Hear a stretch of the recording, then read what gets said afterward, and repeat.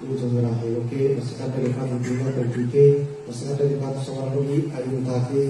Inna mereka tuku kabatalay, Inna mereka tuku pendalitai, Sanjoy, yung kaasa ko, ada pinat kayo yung kasulkan kayo. Regina ka Rifah, wasakamis, saya tulari, harus aku baru katui, alam katui, baru katui, ada sahaja kita kalian tahu kita. Waksi saka asal makalaha bersalaku dari fas sayyidulani andaluliya makalaha bersalaku arif kursan itu baru hatul berasa kita tidak malah berasai kakak hatul kaduku kakak kita presiden berasai